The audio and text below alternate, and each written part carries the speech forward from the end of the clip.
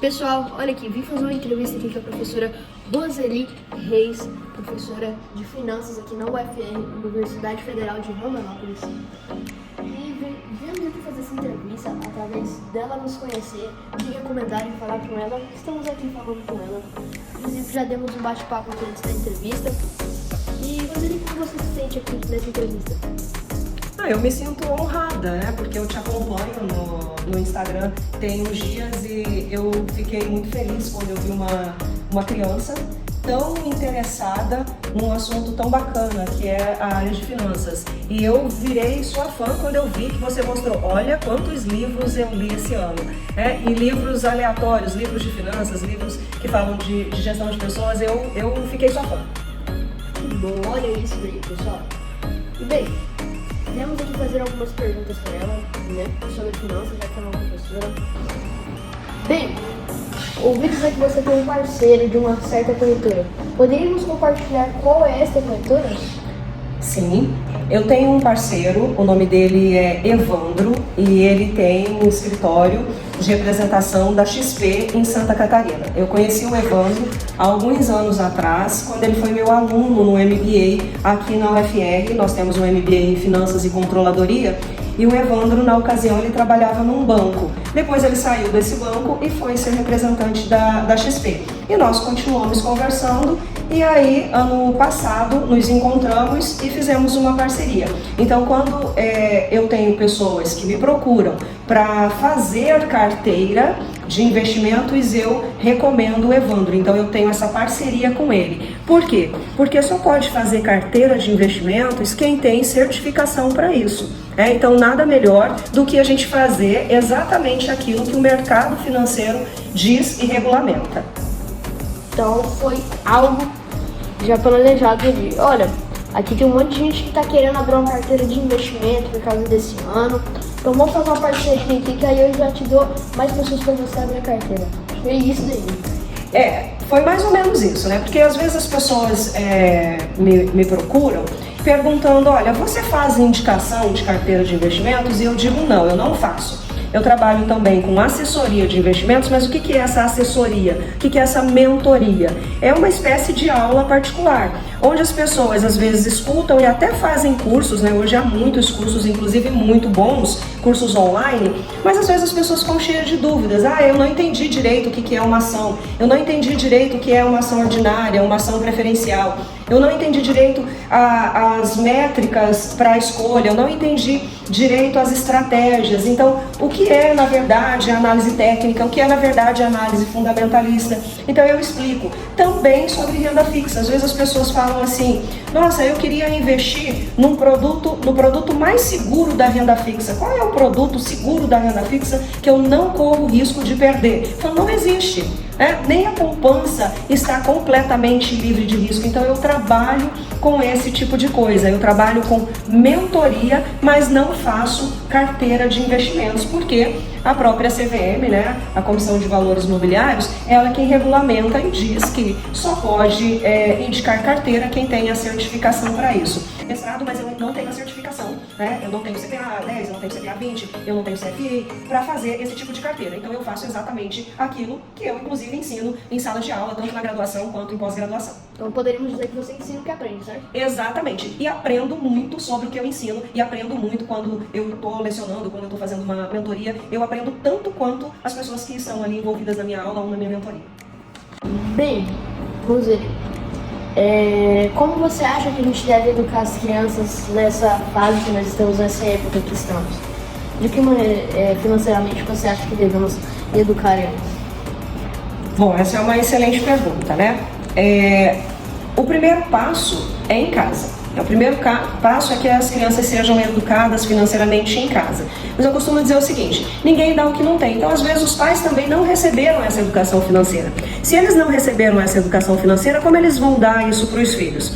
Quando a gente não tem isso, para onde que nós vamos? Para as escolas. Então, a escola, e isso é urgente, recorrente, precisa disso para ontem, as escolas precisam implantar educação financeira desde base. Isso já acontece em vários países aí de primeiro mundo, países mais desenvolvidos. Quando você não tem algo em casa, você vai aprender na escola. Se a escola inserir educação financeira, ela pode resolver um problema lá do futuro, que é um que nós temos hoje, com a geração de hoje. Hoje nós temos uma geração de jovens e adultos muito endividadas, muito, que caíram, né, no engano, ou não é engano, mas é aquela falta de conhecimento sobre o uso adequado do cartão de crédito. E as pessoas têm limite e seguem pagando o mínimo. E isso é o quê? Isso é falta de educação financeira. Porque se eu estou pagando o mínimo de uma fatura que eu tinha um valor cheio para pagar, é claro que eu vou pagar muito juro em cima disso. E se eu sigo pagando o mínimo, eu que devia 1.000 no início do ano, vou terminar o ano devendo 10.000. E isso vem de onde? De educação financeira. Eu preciso saber o quê? Eu preciso saber o que é juro. Eu preciso saber o que é limite, eu preciso saber o que é crédito, eu preciso saber a diferença de entrada e saída, eu preciso ter uma planilha, um caderninho, qualquer coisa que me dê uma base de organização financeira. Isso tudo eu vou aprender onde? Eu posso aprender isso na escola e é muito simples a educação financeira. Educação financeira começa com comportamento. Eu preciso aprender que eu não posso gastar mais do que aquilo que eu ganho. E se eu não estou ganhando o suficiente, eu tenho que fazer o quê? Buscar novas alternativas de renda. Então a educação financeira é exatamente isso que vai evitar o problema que nós temos hoje lá no futuro. Começa em casa. Se em casa não é possível, tem que ir para a escola. E aí a escola precisa implantar um projeto assim, de educação financeira. Eu aqui na universidade recebo um monte de alunos que também não tiveram educação financeira, mas nunca é tarde. Nunca é tarde. Eu tomei consciência, eu começo. E você que é privilegiado, começou antes e já estuda e já tem um monte de conhecimento que muitas crianças não têm, mas você já inspira outras, né? Por exemplo, você, quando você tiver 20 anos, você já pode ter construído renda passiva há mais de 10 anos. E tem gente que vai começar a construir renda passiva aos 20. E tem gente que já tem 50 anos e que não começou a renda passiva ainda. Mas nunca é tarde, o importante é começar. E quem começa na sua idade, com certeza tem uma grande vantagem sobre os demais. Pois é. Por que você escolheu finanças? Outra excelente pergunta. Outra coisa que eu sempre falo em sala, que foi o que me levou a escolher finanças. Eu nasci numa cidade bem pequenininha, lá no interior do Paraná, em Ortigueira. Assim, minha família era muito humilde, a gente não tinha muitas, né, não tinha muitas condições, mas eu sempre acreditei que estudar ia mudar a minha vida. E depois, né, o tempo passou, tá? Só quando eu fui embora para Londrina que eu fui estudar. E quando eu entrei na faculdade, eu já tinha 22 anos quando eu entrei na faculdade. Uma das disciplinas que me encantou foi finanças. Mas eu tinha muita dificuldade, mas aquilo me encantava. Como eu tinha dificuldade, mas eu era encantada, eu estudava até de madrugada. Eu trabalhava o dia todo, chegava em casa e ficava estudando até 3 horas da manhã, até que aquilo entrou na minha cabeça. Aí quando eu aprendi sobre isso, eu ainda fui estudando, formei, fiz um curso de pós-graduação. Depois de 1 ano da pós-graduação, eu vim embora para Rondonópolis. Quando eu cheguei em Rondonópolis, eu consegui emprego no antigo Cesur, né, que inclusive era uma excelente faculdade. Lá no Cesur eu conheci várias pessoas que me estimularam muito, que me incentivaram muito. Uma dessas pessoas é o professor Ezequiel. O professor Ezequiel um dia falou para mim: Rose, você que gosta de finanças, por que você não estuda mais sobre isso? Porque vai ter uma vaga para a área de finanças aí no curso, para dar aula na área de finanças. E eu falei: Ezequiel, será que eu dou conta? Ele falou: vai, foca, estuda, faz a pós de metodologia didática do ensino superior, que eu acho que você vai dar conta, você vai gostar. E eu segui o conselho do professor Ezequiel. E fui. Não foi a primeira disciplina que eu fui dar aula, a primeira disciplina que eu fui dar aula foi de empreendedorismo, que também é uma segunda paixão. A primeira é finanças e a segunda é empreendedorismo.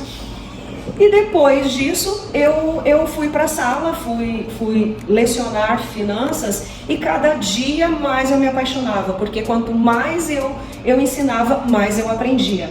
E aí no meio do caminho eu conheci a professora Crisley Mendes. Hoje a professora Crisley, ela é professora da UNB, da Universidade Federal de Brasília, e ela está envolvida em projetos do governo federal há muito tempo. Ela sai para fora do país e ela me ensinou sobre o mercado de ações. Então eu estudava, eu dava aula e tinha aula particular com a professora Crisley, que me ensinou muito ali, hoje nós chamamos de mentoria. Então eu fui mentorada pela professora Crisley nessa área de mercado de ações. Dentro de finanças, você sabe que finanças tem várias vertentes, várias diversificações, né? E eu fui aprender sobre o mercado de ações com a professora Crisley. E quanto mais eu aprendia, mais eu me apaixonava.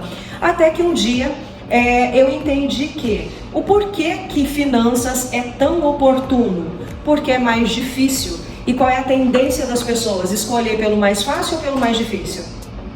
A tendência é escolher pelo mais fácil. Exatamente, mas onde estão as maiores e melhores oportunidades? No difícil. No mais difícil. E eu entendi, e aí que eu segurei isso com unhas e dentes, e aí tô há 16, 17 anos nessa área, nessa carreira. E eu faço com muito gosto, porque eu realmente sou apaixonada por isso. Na verdade, podemos dizer que é a penúltima pergunta. Não, ele já está respondendo essa penúltima pergunta, agora essa última pergunta bem. Se você tivesse voltado no tempo para quando você tivesse 18 anos, que conselho você daria para você mesmo? Nossa, que pergunta show, hein? Que conselho eu daria para mim mesma? Eu acho que eu teria feito a faculdade um pouco mais cedo, né? Eu entrei com 22, eu teria entrado aos 18 anos, eu teria me esforçado mais, porque com o tempo a gente aprende que as oportunidades não são iguais para todas, isso é uma ilusão.